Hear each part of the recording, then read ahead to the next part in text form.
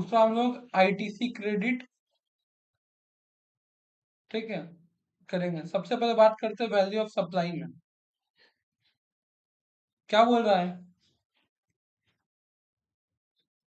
Currently GST will be charge on transaction value. अभी transaction value कैसे निकलता है? Transaction value is the price actually paid. आप actual में जितना किसी भी सामान के लिए पे करते हो उसके ऊपर जीएसटी चार्ज होता है। याद रखना, प्राइस एकमात्र सोल कंसिडरेशन होना चाहिए और कोई चीज नहीं। कंसिडरेशन का मतलब होता है समथिंग इन रिटर्न। जब भी हम लोग कोई सामान खरीदेंगे उसके रिटर्न में पैसा, ठीक है। नेक्स्ट चीज क्या है? The value of supply GST cell include. जितना चीज तुम लोग के दिमाग में आ रहा है, मान लो कि कोई एक सामान एक्स वाई जेड, तो सामान का दाम 100 रुपए हो तो बिल्कुल उसके ऊपर जीएसटी लगेगा। साथ ही साथ ये सारा भी अमाउंट ऐड किया जाएगा जीएसटी कैलकुलेट करने के पहले। क्या क्या है? अगर किसी भी तरह का टैक्स होगा, ड्यूटीज होगा, सेज होगा, फीस होगा, चार्ज, ठीक है, जो कि किसी एक्ट के द्वारा इम्पोज किया जा रहा है, ठीक है, जीएसटी को छोड़ के, करेक्ट। मान लो कि हम लोग कोलकाता में एक छोटा सा रूल आ जाता है कि अगर कोई भी सामान पोर्ट से आता है, ठीक है, तो स्टेट गवर्नमेंट को अलग से 5% देना पड़ेगा फॉर एग्जाम्पल के लिए, ठीक है। तो वो जीएसटी एक्ट में तो नहीं आता है। तो सामान का दाम अगर 100 रुपए है तो उससे 5 रुपए ऐड करने के बाद जीएसटी चार्ज करेंगे। पहला बात क्लियर। दूसरा, और क्या चीज ऐड होता है? any amount that the supplier is liable to pay which have been incurred by the recipient and is not included in price। अगर किसी भी तरह का खर्चा सप्लायर के द्वारा उठाया गया है, ठीक है, रिसिपिएंट यानी कि जो इंसान सामान खरीद रहा है उसके कहे गए इंस्ट्रक्शन पे, अगर पैकिंग का तरीका अलग हो या कुछ भी हो, वो सारा चीज, ठीक है। नेक्स्ट क्या आता है हम लोग का? The value will be included all the incidental expenses in relation to sale, like packaging, commission। जब सामान सेल करेंगे उससे रिलेटेड जो भी खर्चा होगा, ठीक है, जो भी खर्चा होगा वो सारा अमाउंट भी ऐड होगा। फॉर एग्जाम्पल, हम लोग पहले क्लास 11 में डेप्रिसिएशन चैप्टर पढ़े थे। याद करो, अगर 1 लाख रुपए का मशीन खरीद रहे हैं, उसका इंस्टॉलेशन का खर्चा भी उसमें ऐड होगा, ठीक है, उसको डिलीवर का भी खर्चा उसमें ऐड होगा। सारा एक्सपेंडिचर उसमें ऐड किया जाएगा रिलेटेड टू उस सामान से होना चाहिए गुड्स, ठीक है। सब्सिडी भी ऐड होगा, बस अगर वो सब्सिडी किसके द्वारा है? गवर्नमेंट के द्वारा है, वो ऐड नहीं किया जाएगा, करेक्ट, एक्सेप्ट गवर्नमेंट, ठीक है। अगर कोई प्राइवेट कंपनी या कोई एनजीओ कोई भी दे रहा है तो वो सब्सिडी काउंट, ठीक है, ऐड करेंगे। अगर गवर्नमेंट दे रहा है सब्सिडी तो फिर उस सब्सिडी को लेस कर देंगे, करेक्ट। अगर सामान में किसी भी तरह का इंटरेस्ट, लेट फी या पेनल्टी लग रहा है तो उसको भी हम लोग काउंट करेंगे। क्लियर है कि क्या क्या चीज आएगी?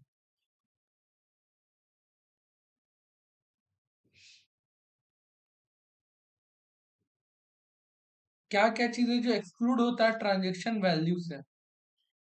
पहला, डिस्काउंट गिवन बिफोर और eight a time of supply. अगर सामान बेचते वक्त या सामान बेचने से पहले किसी भी तरह का डिस्काउंट दिए तो माइनस होगा। एक एग्जांपल बताते हैं।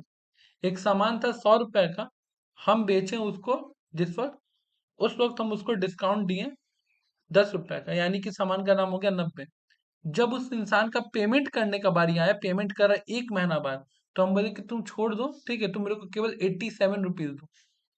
तो क्या उस 3 रुपए को काउंट करना है या नहीं करना? वो 3 रुपए काउंट होगा, क्योंकि बोल रहा है सेल करने के पहले आप कोई भी डिस्काउंट दिए हो या फिर सेल करते वक्त कोई डिस्काउंट दे रहे हो तो केवल उसको लेस करना, उसके बाद का डिस्काउंट को लेस। दूसरा क्या कह रहा है? Discount given after supply has been affected. देखो, सेल करने के बाद भी जो डिस्काउंट होता है वो इफेक्ट डालता है, लेकिन such discount is established in term of an agreement entered into before the time of such. लेकिन वो जो डिस्काउंट रहता है वो आदमी सामान खरीदने से पहले ही डिसाइड कर लेता है। जैसे कि अगर हम किसी बड़े दुकान से अगर शॉपिंग करें, ठीक है, और बल्क में बिजनेस के लिए पर्पज, तो पहले ही मेरे को बोलेगा कि देखिए आप मेरे पास से सामान ले जाइए, हम लोग 15 दिन का क्रेडिट पीरियड देते हैं या 30 दिन का क्रेडिट पीरियड। मतलब क्या है कि आपको 30 दिन के अंदर पैसा चुकाना है, ठीक है। और अगर आप उससे भी पहले चुका देते हो तो आपको हम 2%, 4%, 3% डिस्काउंट देंगे। तो ये सब डिस्कशन तो पहले ही एग्रीमेंट में हो चुका रहता है ना। तो अगर इसको भी हम लोग ढंग से देखें तो ये भी सेल करने के पहले ही बात तो हो चुका है इस तरह का डिस्काउंट का। क्लियर है? एक डिस्काउंट होता है जो हम लोग अचानक से देते हैं। बचपन में एक जनरल एंट्री आता था कि एक इंसान से 20,100 रुपया लेना है, अब वो फुल सेटलमेंट पे खाली 20,000 रुपया दे रहा है, 100 रुपया नहीं दे रहा। वो तो बहुत बात का, उसके बारे में ना पहले कोई डिस्कशन हुआ था ना कुछ हुआ था। तो मतलब अल्टीमेट मतलब ये है कि कोई भी डिस्काउंट जो कि पहले हो सेल के या सेल के टाइम पे हो, वही उसके बाद वाला डिस्काउंट कंसीडर्ड नहीं होगा।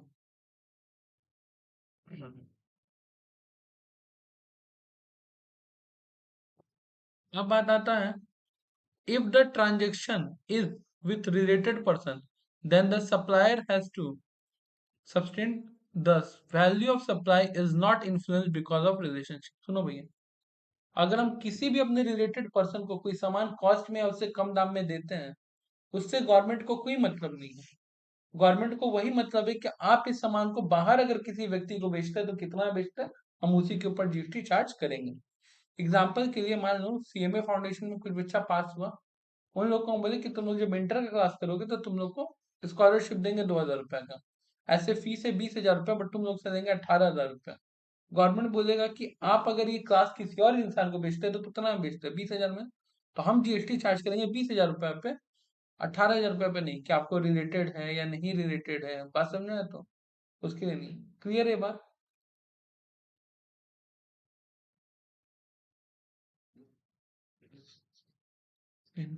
हम्म। मेसर्स कार वाला लिमिटेड, ठीक है, sell a car worth ₹4 lakh. किसको सेल कर रहा है? बी ऑटो मोबाइल्स को। किसको बेच रहा है? बी ऑटो मोबाइल्स को। कितना रुपए से पैकिंग का खर्चा लग रहा है? 5,000। बिल्कुल ऐड होगा। They provided a discount of 1% on the price as a part of Diwali scheme. मतलब सामान बेचते ही टाइम डिस्काउंट दे दे रहा है। हमको बताना है कि कंप्यूट द जीएसटी कितना होगा और टोटल अमाउंट कितना हमको पे करना है। ठीक है, और मान के चलो जीएसटी लग रहा है 18%। मेरे को इसमें लोकेशन नहीं बताया है कि कार वाला कहाँ का है और बी ऑटोमोबाइल वाला कहाँ का है। तो हम यही एज्यूम करेंगे कि दोनों सेम स्टेट का क्या है, और सेम स्टेट में क्या लगता है? सीजीएसटी और एलजीएसटी। कार का दाम था 4 लाख, पैकिंग का खर्चा हो गया मेरा 5,000, डिस्काउंट 4 लाख का 1% यानी कि 4,000 रुपया, फिर मेरा ट्रांजेक्शन वैल्यू आ गया 4,01,000 रुपया। अब बात करते हैं जीएसटी का।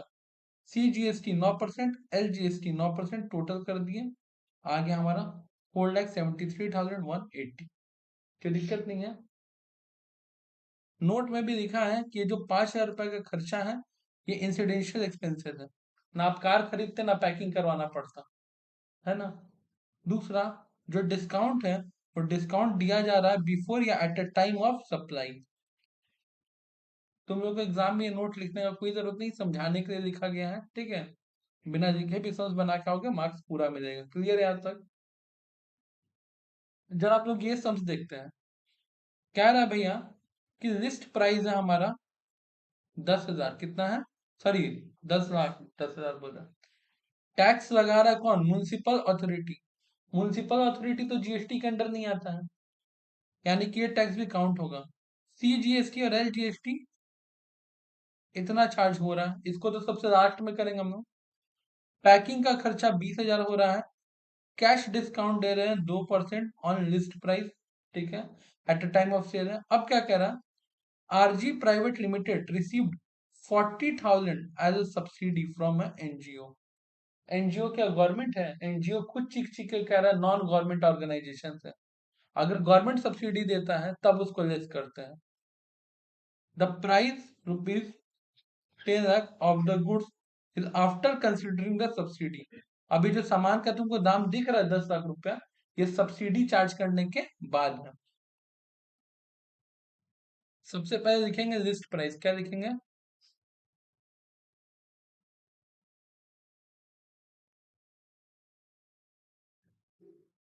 लिस्ट प्राइस कितना ना मेरा? 10 लाख। ऐड करो। बोला था कि भैया आपका सब्सिडी माइनस करके हम बता रहे हैं, लेकिन सब्सिडी तो तब केवल माइनस होगा जब गवर्नमेंट देगा, अदर केसेस में सब्सिडी माइनस नहीं होगा। Subsidy by NGO. कितना का सब्सिडी था हमारा? 40,000। कोई दिक्कत? अब नेक्स्ट क्या ऐड होगा हम लोग का? म्युनिसिपल अथॉरिटी, पैकिंग, ये दो चीज। म्युनिसिपल अथॉरिटी 1 लाख दिया है और पैकिंग 20,000 दिया है।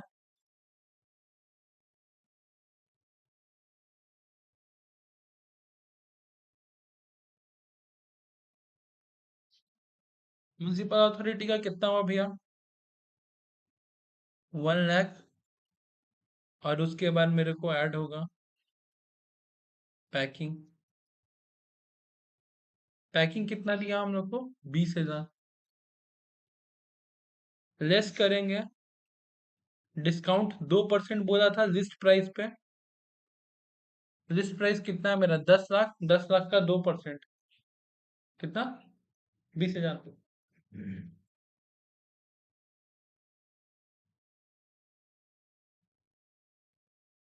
अब मेरा क्या आ गया?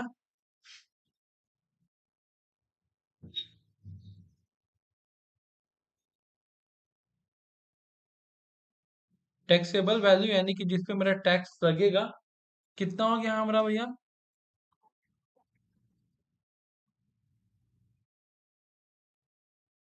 अब भैया इसके ऊपर हमको कहा था जीएसटी चार्ज करने। जीएसटी तो हमको बता दिया है, सी जीएसटी एल जीएसटी 2,08,80 रुपया।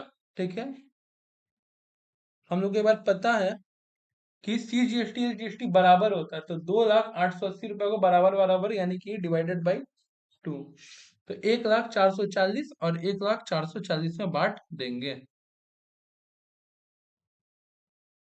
एड सी जीएसटी,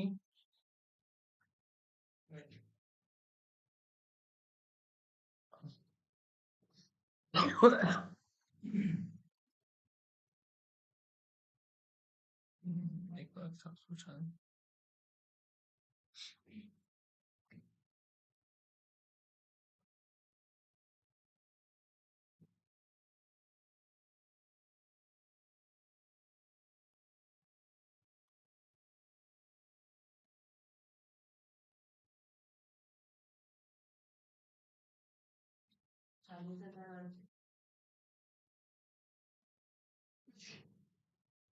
कोई दिक्कत है यहाँ तक?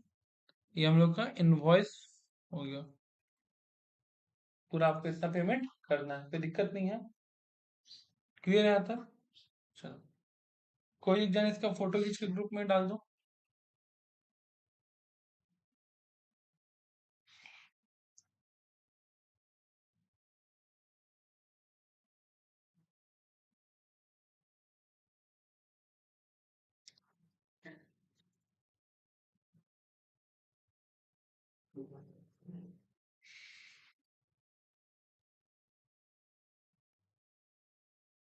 हो गया?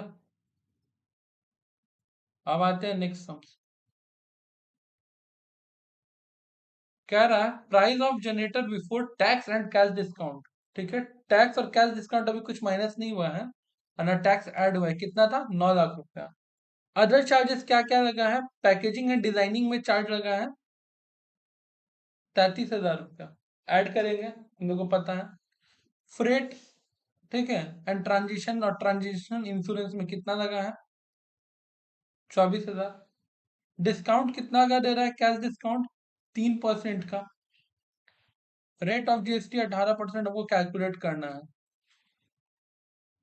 सबसे पहले तो भैया प्राइस ऑफ जनरेटर 9 लाख रुपया, कोई दिक्कत? उसके बाद भैया अदर चार्जेस मेरा क्या है? 33,000 रुपया। उसके बाद नेक्स्ट क्या है मेरा? फ्रेट 24,000 रुपया। डिस्काउंट कह रहा है 3%, 9 लाख का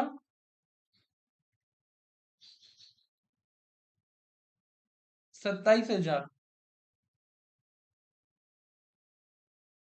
कोई दिक्कत यहाँ तक? लेस करके बताओ कितना आ रहा है?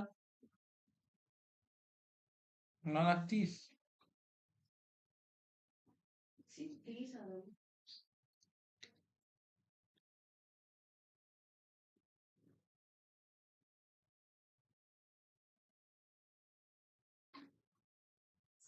9,30,000, सही। 9,30,000। अब इसके ऊपर क्या लेना भैया, जीएसटी इंटू 9%, यानी कि 9%। पहले सी जीएसटी 9%, कितना हो जाएगा हमारा 80। अच्छा, थैंक यू। अब बोलो, अभी कांड हो जाता। हैदराबाद, तमिलनाडु, IGST 1,67,400 ऐड कर देंगे, आंसर आ जाएगा। 1 लाख, सॉरी 10,97,400। चलो ठीक है, हो गया। ये नेक्स्ट क्वेश्चन देखो क्या कह रहा है। List price of the goods कितना है, 1 लाख। कॉस्ट ऑफ पैकेजिंग कितना है, primary packaging 1,000। Cost of packaging of the buyer request, buyer के कहने पे किए हैं, ठीक है, 500, कोई दिक्कत नहीं है। अच्छा, नेक्स्ट क्या है, सब्सिडी गवर्नमेंट के द्वारा दिया गया, ये सब्सिडी तो लेस होगा। ट्रेड डिस्काउंट, ठीक है, actually so separately in the invoice, अलग से दिखाना है, 100 रुपए का। Sales price exclude CGST 2.5%, SGST 2.5%, क्या क्या हो जाएगा। सबसे पहले तो भैया लिस्ट प्राइस 1 लाख रुपया। उसके बाद यहाँ पे ध्यान से देखना, cost of primary packaging add नहीं होगा, ऐड, क्योंकि क्या बोला, including in selling price, already include है, ठीक है, बात समझ में है। अब ध्यान से सुनो, यहीं पे बहुत सारा बच्चा फंसता है। क्यों, यहाँ पे लिख रहा है इंक्लूडिंग इन सेलिंग प्राइस, यानी कि सेलिंग प्राइस में ऐड करना है, और मेरे को जो दिया हो 1 लाख रुपए वो क्या है, लिस्ट प्राइस। तो सेलिंग प्राइस में और लिस्ट प्राइस में डिफरेंस होता है, याद रहेगा। यहाँ पे बोला है कि हमको सेलिंग प्राइस में इंक्लूड करना है, कोई दिक्कत नहीं है। तो मेरे को इसको, ये जो 1,000 रुपए, इसको हम क्या करेंगे, ऐड, क्लियर। दूसरा चीज क्या रहा है, cost of packing at buyer request not included in selling price, क्या रहा है, इंक्लूडेड नहीं है।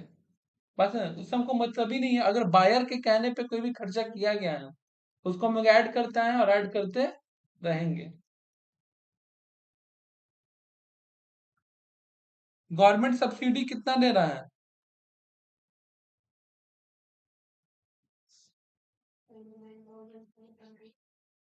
और मेरा कैश डिस्काउंट हमको कितना मिल रहा है, 100 रुपया, तो मेरा हो गया 90। इसके ऊपर 2.5% क्या देना है, कोई दिक्कत।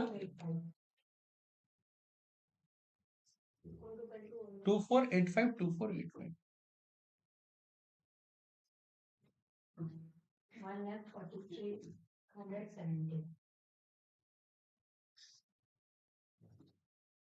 हम्म, टोटल हो जाएगा हम लोग का 1,04,370 कंप्लीट।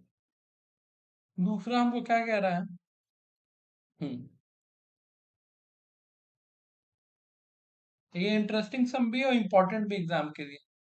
क्या कह रहा है, mister M of Maharashtra supplied goods and service, कितना का, 35,000 का, जिसमें जीएसटी इंक्लूड नहीं है, ठीक है, जिसमें जीएसटी इंक्लूड नहीं है, टू P ऑफ पुणे।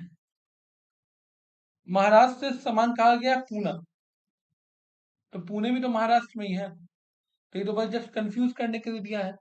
यानी कि ये कौन सा ट्रांजेक्शन, इंट्रा ट्रांजेक्शन है।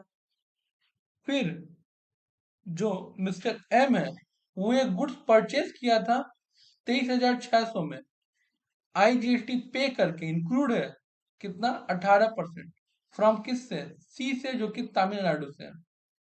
कोई दिक्कत, कहाँ से गया था, तमिलनाडु से। SGST एंड CGST का रेट है 9%, 9%। दो चीज बताना, पहले तो total price charge by M, M कितना पैसा चार्ज करेगा, P पुणे वाले से। तो सिंपल सा बात है भैया, कि सामान का वैल्यू कितना है, वैल्यू ऑफ सप्लाई हम लोग का कितना है, 35,000 रुपया। उसके ऊपर सिंपल हमारा क्या लगेगा, GST 9%, CGST और LGST।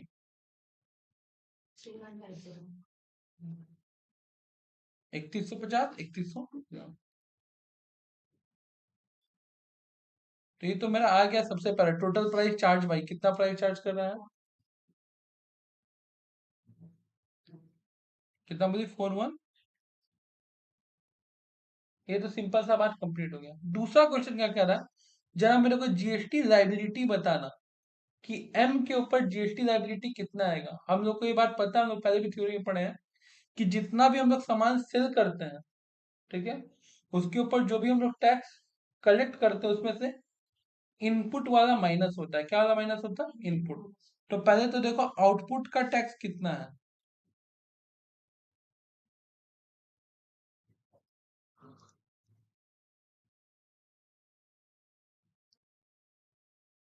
यहाँ पे हम लोग का हो जाएगा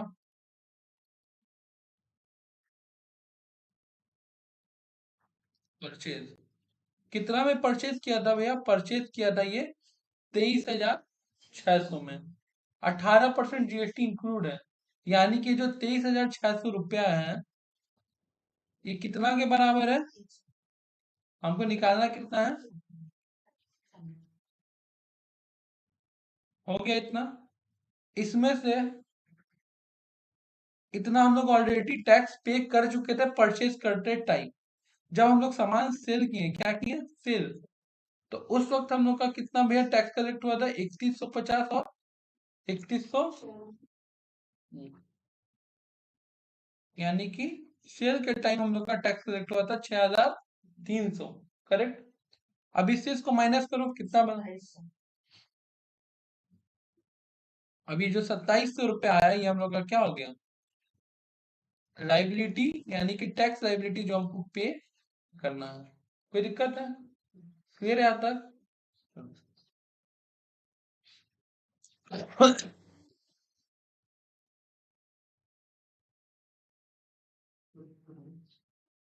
सेम क्वेश्चन है।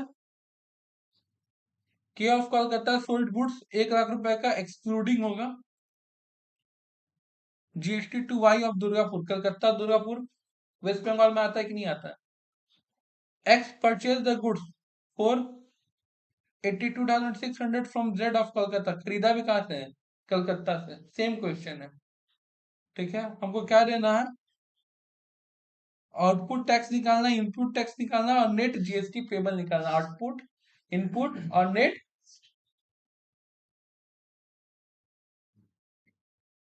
X of Calcutta good sold किया है 1 लाख रुपए में, ठीक है।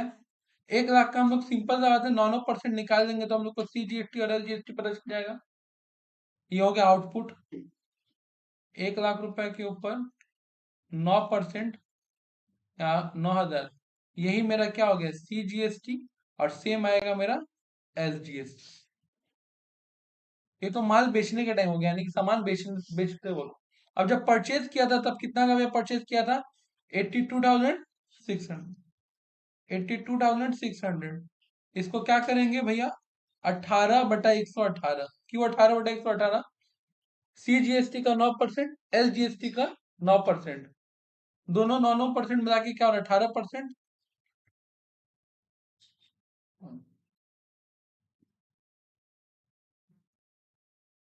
ये हम लोग का आ रहा है 12,600। अब तुमको पता होना चाहिए जो अमाउंट आ रहा है 12,600, ये दो पार्ट में बटेगा, सी जीएसटी और एस जीएसटी। 6,300, 6,300। इसका भी जवाब हम लोग को मिल गया, ठीक है। थर्ड हम लोग का क्या है? नेट जीएसटी बताना है। तो भैया सिंपल सा चीज है, 6,300, 6,300,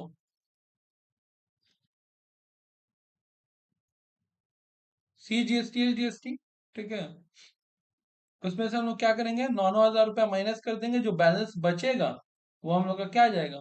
जीएसटी लाइबिलिटी पे। कोई दिक्कत है? इनपुट से आउटपुट को माइनस करना है, और तो कुछ करना नहीं है। सामान खरीदते वक्त कितना टैक्स पे किए थे, और सामान बेचते वक्त, दोनों को माइनस कर देंगे, जो बैलेंस आ जाएगा वो मेरा क्या हो जाएगा? Tax liability. कोई दिक्कत? देख लो, जनरल में बार बार ऐसा ही क्वेश्चन पूछता है।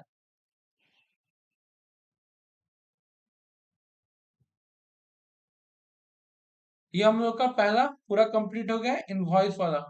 ठीक है, कि टैक्सेबल सप्लाई कैसे निकालना है। क्लियर है यहाँ तक? अब नेक्स्ट हम लोग का आता है इनपुट टैक्स क्रेडिट। क्या आता है? Input tax credit. पहले तो जान लो जीएसटी के लिए 3 डॉक्यूमेंट इंपॉर्टेंट है। इनपुट टैक्स क्रेडिट सबको नहीं मिलेगा। इनपुट टैक्स क्रेडिट किसको किसको मिलेगा अभी हम लोग को पता चल रहा है। सबसे पहले टैक्सेबल इनवॉइस क्या है? For taxable supply either with in state और outside state and the person is required to collect and pay the taxes on such supply. जिस व्यक्ति के पास ये पावर है कि वो कस्टमर से टैक्स कलेक्ट करे और गवर्नमेंट को टैक्स पे करे, वो इंसान क्या देता है? Tax invoice. क्या देता है? Tax invoice. हम जीएसटी में रजिस्टर्ड नहीं है, ठीक है? तुम लोग मेरे को अगर ट्यूशन फी देते हो तो हम तुमको उस पर टैक्स इनवॉइस नहीं दे सकते हैं।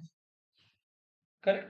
बस में तो लेकिन वही तुम लोग जाके किसी मॉल से सामान खरीदोगे तो साफ साफ ऊपर लिखा रहेगा टैक्स इनवॉइस, क्योंकि वो जीएसटी में रजिस्टर्ड है और वो आपसे जीएसटी कलेक्ट करने का भी पावर रखता है और गवर्नमेंट को सबमिट करने का भी पावर रखता है। क्लियर ये बात? दूसरा, बिल ऑफ सप्लाई क्या है? The bill of supply, the person is not required to collect and pay the tax. यानी कि हम आप लोग को क्या दे सकते हैं? बिल ऑफ सप्लाई दे सकते हैं। The mainly comprise of the registered person supplying the exempted good और सर्विस और बोथ। यानी कि ऐसा व्यक्ति जो रजिस्टर्ड तो है लेकिन टैक्सेबल गुड्स नहीं सेल करता है, एग्रीकल्चर गुड्स सेल करता होगा। बात समझ आया? तो या ऐसा गुड्स जो कि जीएसटी में एग्जम्प्ट है, या फिर सामान बनाता तो है, उस पर जीएसटी लगता भी है लेकिन वो सारा सामान बना के इंडिया में सेल ही नहीं करता, सीधे एक्सपोर्ट कर देता, बाहर भेज देता है। तो बाहर भेजने वाले सामान पे जीएसटी लगता नहीं है। तो वैसा वैसा व्यक्ति क्या बनाएगा? Bill of supply. क्लियर है? अब आता है पेमेंट वाउचर। पेमेंट वाउचर क्या होता है? इंपोर्टर और आरसीएम के केस में ही होता है। अगर हम जीएसटी में रजिस्टर्ड और किसी एक ऐसा व्यक्ति से हम सामान खरीद रहे हैं जो जीएसटी में रजिस्टर्ड नहीं है, अगर जब हम उस व्यक्ति से सामान खरीदे, उस व्यक्ति ने बोला कि सामान का नाम है 1 लाख रुपए, हमने ठीक है लेकिन हम आपको पे करेंगे केवल 95,000। बोला क्यों भैया? बोले 5,000 रुपये हम जीएसटी का डिडक्ट कर लेते हैं, हम जीएसटी में रजिस्टर्ड पर्सन, हम जाके गवर्नमेंट को दे देंगे। बात समझाए? तो अब इस केस में सामने वाला इंसान तो रजिस्टर्ड नहीं है, ठीक है, हम रजिस्टर्ड है, तो इसी चीज को कहते हैं रिवर्स चार्ज मैकेनिज्म। नहीं तो आमतौर पे क्या होता है कि हम जब सामान खरीदते हैं तो हम पूरा पैसा उठा के सेलर को दे देते हैं, सेलर जाके गवर्नमेंट को देता है और वो गवर्नमेंट से समझेगा। बट इस केस में हम बायर हैं और हम जीएसटी में रजिस्टर्ड है, दुकानदार रजिस्टर्ड नहीं है। तो उस केस में क्या होता है? पेमेंट ऑफ वाउचर का। क्लियर है? एक एग्जांपल। दूसरा, इंपोर्टर, जिस देश से हम सामान मंगा रहे हैं उसके ऊपर जीएसटी थोड़ी है, तो वो तो सामान हमको बेच दिया। अब उस सामान के ऊपर जीएसटी भरने की जिम्मेदारी किसका है? हम क्या है? बायर। हम सामान खरीदे, हम इंपोर्ट करवाए, इंपोर्टर है, हमको इसके ऊपर टैक्स भरना है। तो इस केस में कि इंपोर्टर एक आरसीएम के केस में क्या होता है? Payment of voucher. आप रजिस्टर्ड हो बट आपको कोई टैक्सेबल सामान नहीं बेचते हो, तो बिल ऑफ सप्लाई। आप रजिस्टर्ड और टैक्सेबल सामान बेचते हो तो क्या होता है? Tax invoice. क्लियर ये 3 थ्योरी?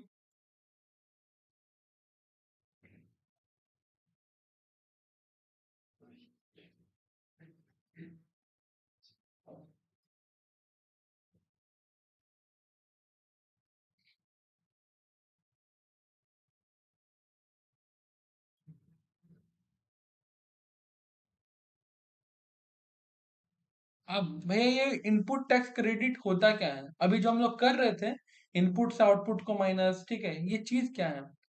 यहाँ पे एक एग्जांपल दिया है, ठीक है।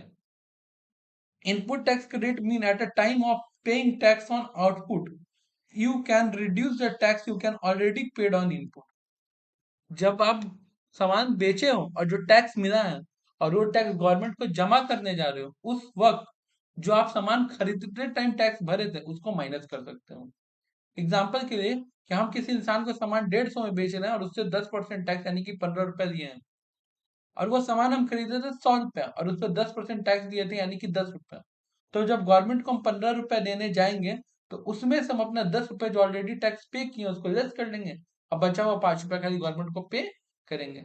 ये जो 10 रुपया का हमको बेनिफिट मिल रहा है, इनपुट मिल जा रहा है, इसको कहते हैं इनपुट टैक्स क्रेडिट। कहते हैं इनपुट टैक्स क्रेडिट। हर इंसान इंजॉय नहीं कर सकता, जैसे कि हम पहले बोले थे ये आईटीसी का फैसिलिटी, उसके लिए कंडीशन है। सबसे पहले क्या, टैक्स इनवॉइस होना चाहिए या डेबिट नोट होना चाहिए या कोई डॉक्यूमेंट होना चाहिए जिससे प्रूव हो कि आप सामान खरीदे हैं। क्लियर। दूसरा, रिसिप्ट ऑफ गुड्स और सप्लाई, सामने वाला कोई इंसान वो सामान खरीदा हो उसका भी रिसिप्ट। क्यों भैया, हम क्या करेंगे, आईटीसी का बेनिफिट लेने के लिए अपने नाम पे दो कंपनी खोलेंगे और एक कंपनी से दूसरे कंपनी में सामान बेचते रहे। ये तो गलत बात है ना। सामने वाला कोई जेन्युइन वैलिड पर्सन चाहिए जो सामान रिसिप्ट के इसका प्रूफ दे। क्लियर। थर्ड, गुड्स का डिलीवरी होना चाहिए, मतलब मूवमेंट्स ऑफ गुड हमको दिखना चाहिए। नेक्स्ट क्या है, ये इंफॉर्मेशन कि आप सामान बेचे हो, आप अपना रिटर्न, जीएसटी में रिटर्न जमा होता है, GSTR 1, GSTR 2, B3 ऐसे जमा होता है, उसमें अपना परचेज सेल का डिटेल देना पड़ता है, आपको वहां पे भी डिटेल्स देना पड़ेगा। No ITC will be allowed if the depreciation has been claimed. और याद रखना भैया, अगर किसी सामान के ऊपर तुम डेप्रिसिएशन ले रहे हो तो फिर आईटीसी नहीं मिलेगा। कहने का क्या मतलब, कहने का मतलब है कि अगर हमें बोर्ड खरीद के ला के बेच रहे हैं तब तो ठीक है, इस पर आईटीसी मिलेगा। बोर्ड खरीद के ला के यूज कर रहे हैं तो इस पर तो डिप्रिसिएशन चार्ज होगा ना, ये तो हम बेचने के लिए खरीदे नहीं है। और जीएसटी का एक सिंपल सा नियम है, जीएसटी वही व्यक्ति भरेगा जो फाइनल कंज्यूमर होगा। कौन, जो फाइनल कंज्यूमर होगा। तो अगर ये हम व्हाइट बोर्ड जो खरीद के लाए इसका फाइनल कंज्यूमर कौन है, हम, तो इस पे केवल डिप्रिसिएशन ले सकते हैं, आईटीसी। क्लियर है यहाँ तक।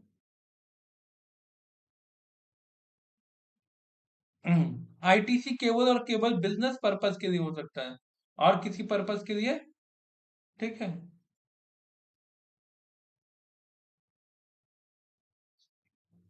कोई भी आईटीसी आप कितना दिन में उसका बेनिफिट उठा सकते हो, 180 डेज, उससे ज्यादा नहीं। मान लो कोई सामान एक साल पहले खरीदे तो एक साल बाद बिक रहा, तो सोचेंगे तो आईटीसी एंजॉय कर ले, पॉसिबल नहीं है, 180 डेज। करेक्ट।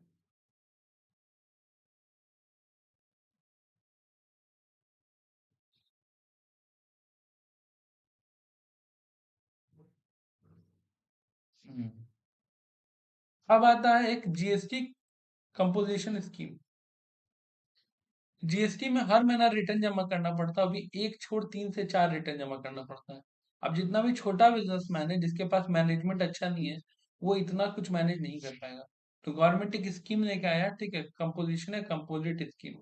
बोला कि जितना भी छोटे छोटा ट्रेडर लोग हैं, वो लोग को कोई जरूरत नहीं, वो लोग 3 3 महीना पे, ठीक है, एक रिटर्न जमा करेगा, क्वार्टरली रिटर्न। दिक्कत, और उन लोगों को कोई आईटीसी नहीं मिलेगा, ठीक है, बस उन लोगों का साल भर में जितना सेल हुआ होगा उसका 1 2 4 5% हम बता देंगे, उतना टैक्स देके बच जाएगा। क्लियर है, सिंपल सा उन लोग का।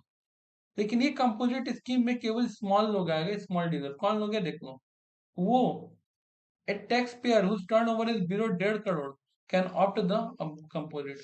वो बिजनेसमैन जो 1.5 करोड़ से कम कमाता है वो कंपोजिट स्कीम में आ सकता है, 1.5 करोड़ से ज्यादा कमाने वाला कंपोजिट में, in the north eastern state and Himachal Pradesh, यहाँ पे 75 लाख का लिमिट। अगर आप 75 लाख से कम कमा रहे हो तब आप रजिस्टर्ड हो, 75 लाख से ज्यादा तो फिर आप रजिस्टर्ड नहीं हो पाओगे। ठीक है। As per the CGST amendment act 2018, a composite dealer can also supply service to an extent the 10% of turnover of 5 lakh whichever is higher।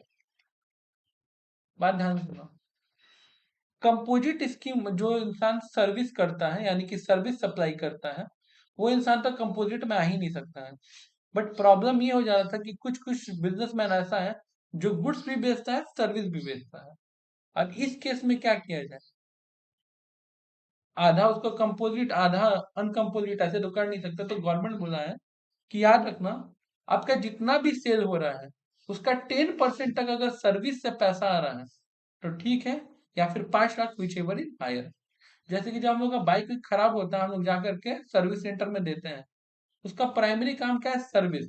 But वो देखना कभी भी उसका बिल वो जनरली सर्विस की तरह रिप्रेजेंट नहीं करता है। कहने का क्या मतलब है, हर चीज जो खराब हुआ रहता है पार्ट उसका इनवॉइस बनाता है कि भैया सर्विस। अगर हम एक बिल मान लो एक सामान उसमें ठीक किए जिसका दाम 1,000 रुपए है, तो उसके ऊपर हम 150 या 200 250 रुपए केवल क्या ले रहे हैं, 250 रुपए हम उस पर केवल सर्विस चार्ज ले रहे हैं। जो हम नट बोल्ट टाइट किए भैया, और कुछ नहीं। तो कुछ हद तक सर्विस करना पॉसिबल है। एग्जाम्पल रेस्टोरेंट बिजनेस, खाना ही बनाता है, आपको सर्व भी करता है, तो उसमें भी तो सर्विस इंक्लूड है। बट ज्यादा प्राइस किस चीज के लिए चार्ज करता है? खाना के लिए। अब सर्विस के लिए थोड़ी ज्यादा प्राइस चार्ज करता है। क्लियर है बात? अगर तुम लोग के मन में आ रहा है कि भैया बड़ा बड़ा होटल में तो सर्विस सर्विस चार्ज ही ज्यादा लगता है, तो फिर वो 1.5 करोड़ का लिमिट में आता भी तो नहीं है, वो तो इसी तरह 1.5 करोड़ के ऊपर रहता है, तो उसका कंपोजिट का तो बात ही नहीं उठेगा। क्लियर है बात?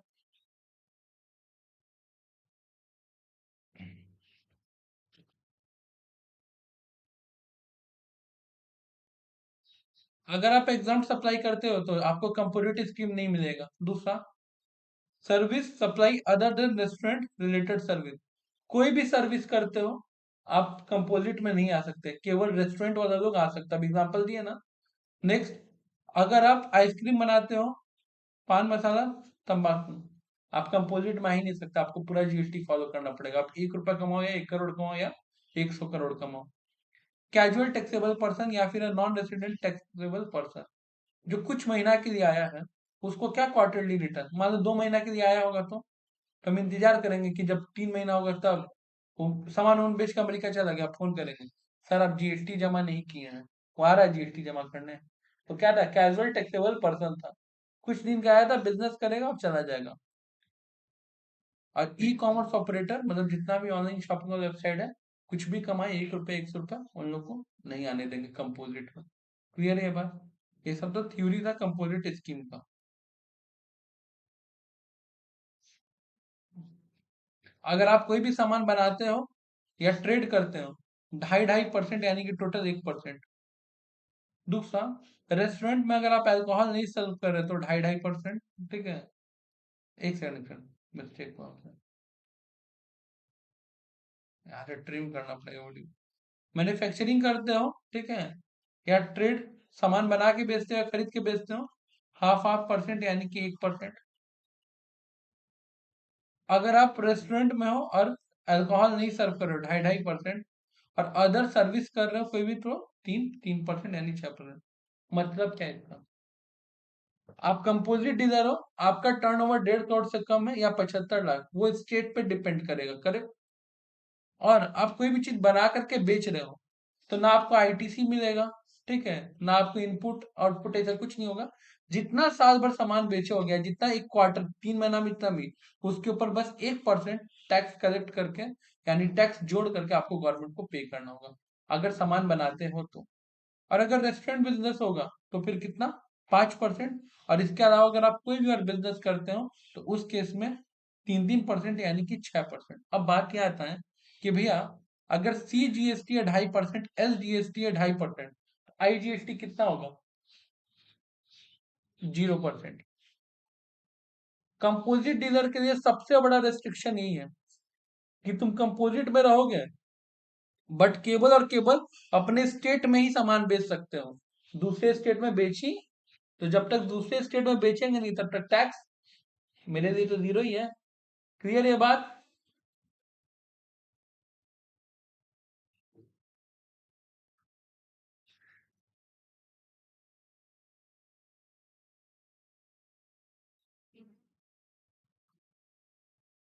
एकदम सिंपल सा। हमको ये बताना है कि इस इंसान का एग्रीगेट टर्नओवर कितना है, और उस एग्रीगेट टर्नओवर के अकॉर्डिंग उसका रजिस्ट्रेशन होगा कि नहीं होगा।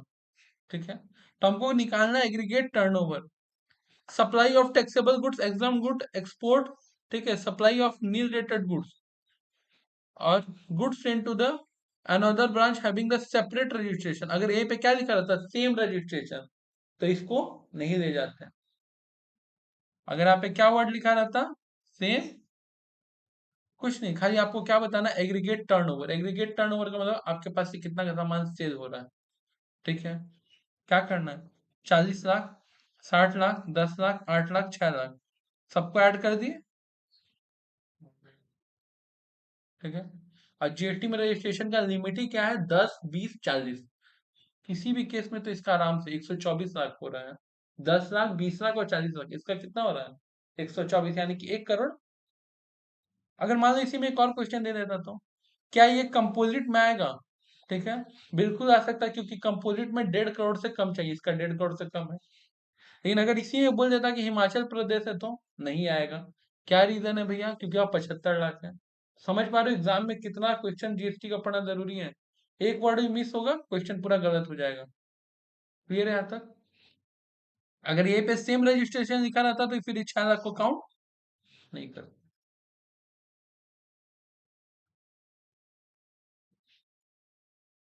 यहाँ पे भी एग्रीगेट टर्नओवर निकालना है, ध्यान से देखना। सप्लाई टर्नओवर का मतलब क्या होता है भैया? जनरली होता है सेल। कितना? 5 लाख का, जिसमें जीएसटी इंक्लूड है। तो लेस करेंगे, जीएसटी क्या करेंगे?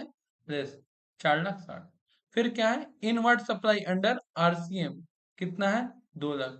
आरसीएम वाला वैल्यू काउंट ही नहीं होता है, नील। ठीक है, याद रखना। Next, outward supply of service on which RCM is applicable 3 lakh. Goods के ऊपर, ठीक है, आरसीएम नहीं काउंट होगा। और एक इंपॉर्टेंट इसमें हिडन बात है, टर्नओवर का मतलब क्या होता है? सेल। टर्नओवर का मतलब क्या होता है? और जीएसटी में सेल को क्या कहते हैं? आउटवर्ड या आउटपुट। क्या कहते हैं? आउटवर्ड या, यहाँ पे वर्ड क्या दिया है? इनवर्ड। ये तो परचेज है। हमको क्या निकालना है? एग्रीगेट टर्नओवर, यानी कि टोटल सेल निकालना है। टोटल परचेज निकालना थोड़ी बैठे हैं।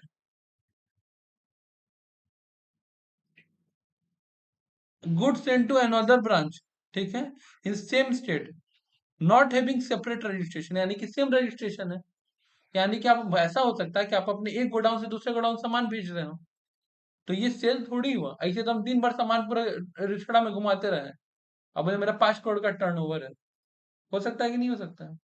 फ्लिपकार्ट का एक एक डिलीवरी बॉय अपना बैग में, ऐसा हो सकता है कि लाखों लाख रुपए लेके सामान घूम रहा है, सब सामान डिलीवर हो जाए, सब कुछ, ऐसे जरूरी थोड़ी है। तो एट द एंड पता चलेगा ना कि कितना सामान सेल हो पाया है, डिलीवर हुआ कंफर्म, तब ना उसको सेल्स में काउंट करेंगे कि पहले सेल्स में काउंट कर लेंगे। एग्रीगेट टर्नओवर क्या हो गया? 7.6। किसी भी हाल में इसको जीएसटी रजिस्ट्रेशन की जरूरत नहीं है, क्योंकि लिमिट क्या है? 10, 20, 40। ठीक है, लेकिन भैया अगर इसका फिर भी मन है जीएसटी में रजिस्ट्रेशन कराना, तो करवा सकता है, हाँ। अगर लिमिट पार होता है तो कंपलसरी हो जाता है, लिमिट के पहले क्या होता है? जीएसटी रजिस्ट्रेशन ऑप्शनल रहता है। ठीक है, अच्छा भैया जीएसटी रजिस्ट्रेशन करवा दें, उसमें भी इसको मन है कंपोजिट बनने का, कर सकता है, क्योंकि लिमिट क्या था? 1.5 करोड़ और 75 लाख, आराम से हो जाएगा।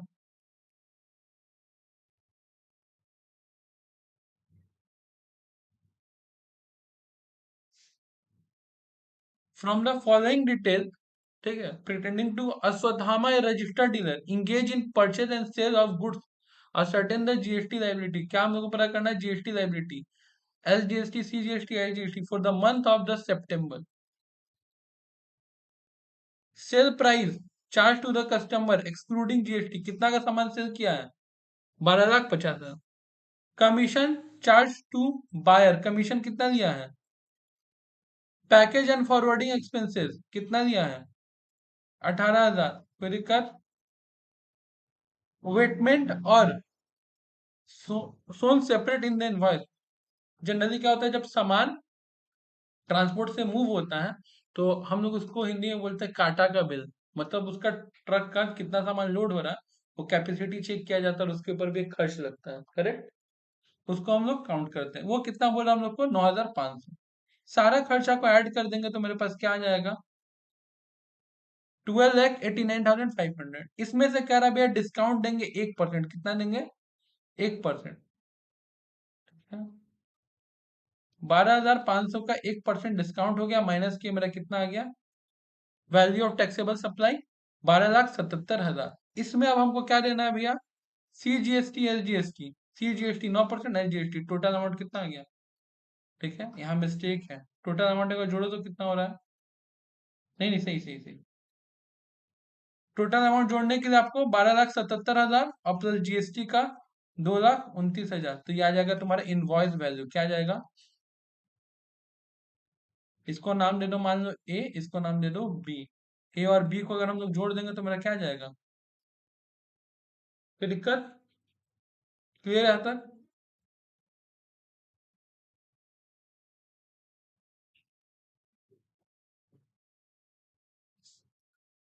एग्रीगेट टर्नओवर बताना है, कितना होगा? इंटर और इंट्रा स्टेट सप्लाई बिल्कुल काउंट होगा, 14 लाख और 4 लाख। एक्सपोर्ट ऑफ सेल, हाँ मानते हैं, भले एक्सपोर्ट पे जीएसटी नहीं लगता है, बट सेल तो है, उसको काउंट करेंगे। Supply made as agent of principal, ठीक है, 2,40,000 एजेंट और प्रिंसिपल के बीच में हो रहा है, यानी कि एक तरह से समझो तो हम अपने ही किसी इंसान को सामान दे रहे हैं, ठीक है, तो इसको हम लोग सेल में काउंट नहीं करते हैं। और यहाँ पे लिखा भी नहीं है कि सेपरेट रजिस्ट्रेशन है या नहीं है, तो हम लोग यही मान के चलेंगे कि सेपरेट रजिस्ट्रेशन नहीं है। तो मेरा आंसर क्या हो जाएगा? 14 लाख, 4 लाख, कितना हो गया?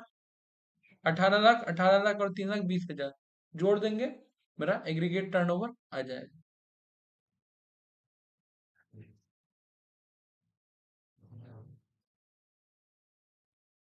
हाँ, आज का सबसे इंपॉर्टेंट, 6 मार्क्स से 10 मार्क्स के लिए ऐसा क्वेश्चन आ सकता है, 6 मार्क्स से 10 मार्क्स के लिए। अब जरा एक बार देखो कि बुक में कैसे सॉल्व है और हम लोग इसको कैसे करने वाले हैं, उसको समझो। स्टेप 1, स्टेप 2, स्टेप 3, ठीक है। इतना मेहनत करने की जरूरत हम लोग को नहीं है, हम लोग सिंपल से एक फॉर्मेट बनाएंगे, जो फॉर्मेट कुछ ऐसा दिखेगा एग्जाम में, और हम लोग के स्टेप 1 में ही सब कुछ कंप्लीट हो जाएगा, ठीक है। पहला वर्ड क्या कह रहा है? Intra state. इंट्रा स्टेट का मतलब क्या होता है? Same state. फिर कह रहा है इंटर स्टेट, ठीक है, यानी कि अलग अलग। फिर मेरे को ओपनिंग आईटीसी, फिर intra input, intra inter output, ये सब पहले देखते हैं क्वेश्चन में क्या क्या दिया है, पर इतना डिटेल्स।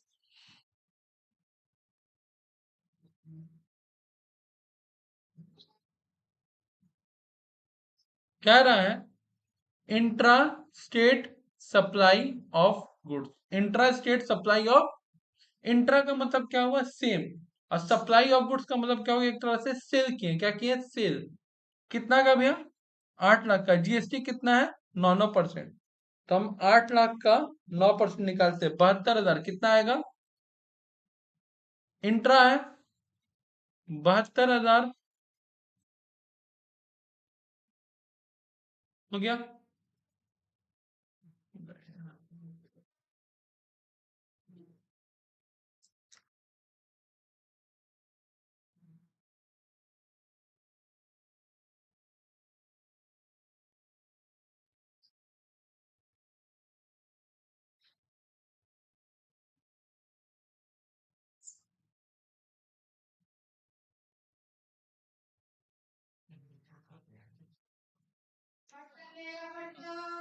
दूसरा क्या हम लोग का?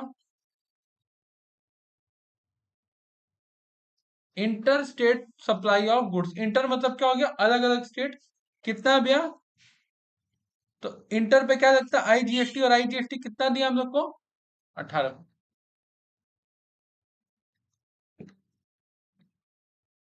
3 लाख का 18%, 54,000 रुपया, कितना हो गया?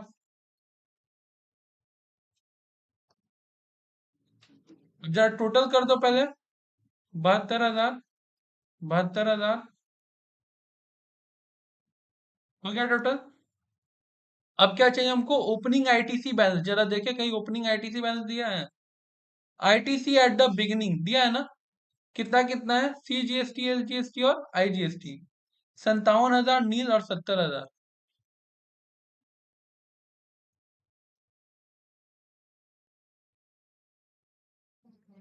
57,000 नील।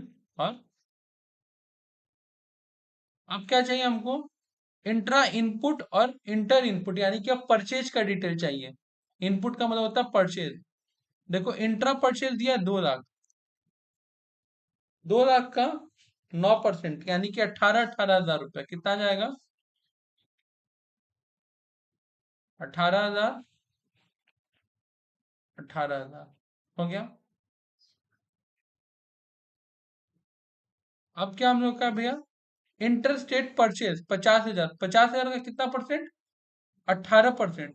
इंटर का मतलब क्या होता है? अलग अलग स्टेट। तो क्या हो गया हम लोग का इसका? 18%, यानी कि इसका आ जाएगा 9। कोई दिक्कत है? अब जरा इसका टोटल करो, कितना हो जाएगा? 57। ये हो गया हम लोग का 75,000। रेड वाला केबल। ये हो गया 18,000, ये हो गया, कोई दिक्कत नहीं है।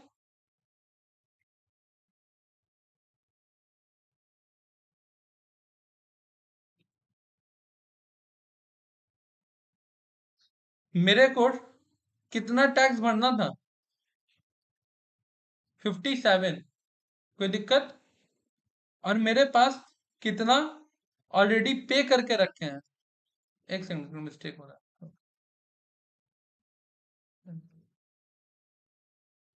मेरे को टैक्स पे करना था 72, और कितना ऑलरेडी पे करके रखे हैं? 70। तो जितना पे करना था उससे ज्यादा ही ना पे करके रखे हैं। कोई दिक्कत हम लोग का? तो 3,000 तो मेरा ऐसे ही बच रहा है। क्या हो रहा है? बच रहा है, कोई दिक्कत नहीं है। चलो दूसरा देखते हैं। दूसरा में हमको पे कितना करना है? 72। और है हम कितना पे करके? 18। यानी कि 72 - 18, और हमको 54,000 रुपया चाहिए। अब एक बात याद रखना, IGST CGST को भी हेल्प करेगा, IGST SGST को भी हेल्प करेगा, लेकिन CGST SGST एक दूसरे को हेल्प, कोई बात नहीं, वो भी हम लोग देख लेंगे कैसे क्या हो पाएगा। अभी हम लोग को 54,000 रुपया पे करना पड़ सकता है। आगे देखते हैं। यहाँ पे कितना हम लोग का? 79,000।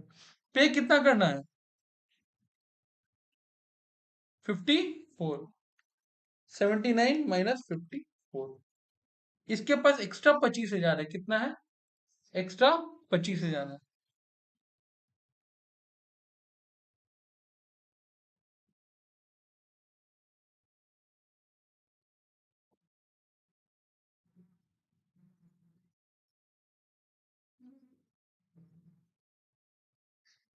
निशान।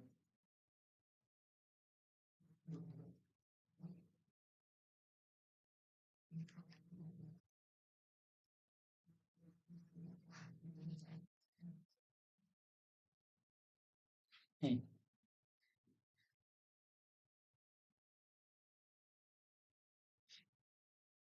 अब एक एक करके आते हैं पीछे। इसके पास IGST के पास कितना था? 79। इसमें से पहले अपना टैक्स भरेगा 54, कोई दिक्कत नहीं है। और बाकी का क्या करेगा? 25,000 रुपया से इसको हेल्प कर देगा। करेक्ट? ठीक है।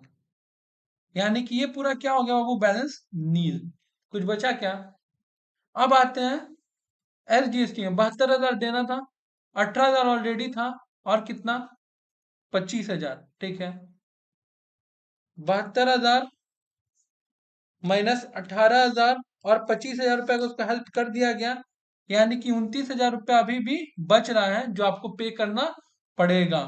यानी कि 29,000 रुपया क्या हो गया हम लोग का? Tax liability.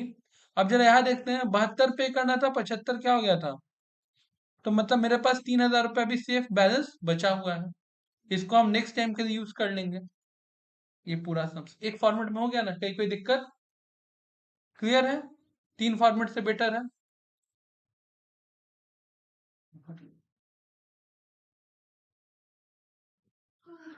रूल क्या है? रूल है IGST पहले IGST को सेटअप करेगा, फिर CGST को मदद का जरूरत होगा तो CGST को, और उसके बाद SGST को। ठीक है। CGST पहले किसको मदद करेगा? CGST यानी खुद को सेटअप, फिर IGST को। ठीक है। SGST को कर ही नहीं सकता है। SGST पहले SGST को, फिर IGST को, और CGST को हेल्प कर ही नहीं सकता। बस इस तरह का समझ, पूरा एक फॉर्मेट बना के आना है। ठीक है। मार्क्स मिलेगा।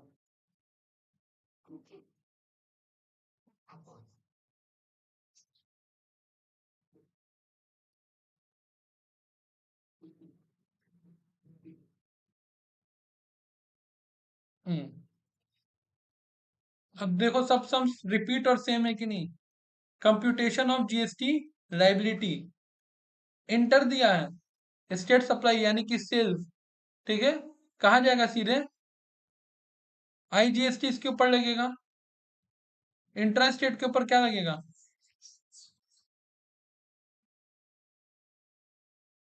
और ये क्या है, परचेज इंट्रा। बिल्कुल जो पीछे फॉर्मेट बना हुआ था उसी फॉर्मेट में हम लोग को सॉल्व करना है। किसी को कोई दिक्कत? हो जाएगा। रेट भी 9 और 18% दिया है। अगेन रिपीटेड क्वेश्चन देखो, ऑनर्स में हर बार एक सम ऐसा आ रहा है।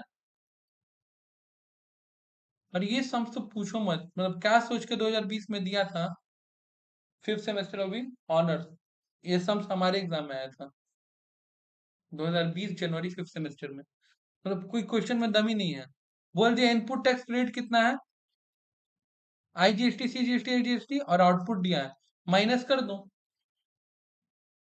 अगर कुछ बैलेंस और भी बच जा रहा है तो आपको पे करना पड़ेगा, नहीं तो फिर बैलेंस ट्रांसफर हो जाएगा। जैसे एग्जाम्पल, अभी हमको 1,80,000 रुपये पे करना है आईजीएसटी को, मेरे पास कितना है, 3,20,000। आराम से पैसा बचेगा, बैलेंस ट्रांसफर हो जाएगा, जीएसटी नहीं पे करना पड़ा। सीजीएसटी में कितना हमको पे करना है, 60,000 है कितना, तो 38,000 कम पड़ रहा है। आईजीएसटी के पास तो बहुत पैसा है, आईजीएसटी हेल्प कर सकता है। ये कितना है, 60,000, ये कितना है, 30,000, कुछ है भी नहीं करेगा, है कुछ दम।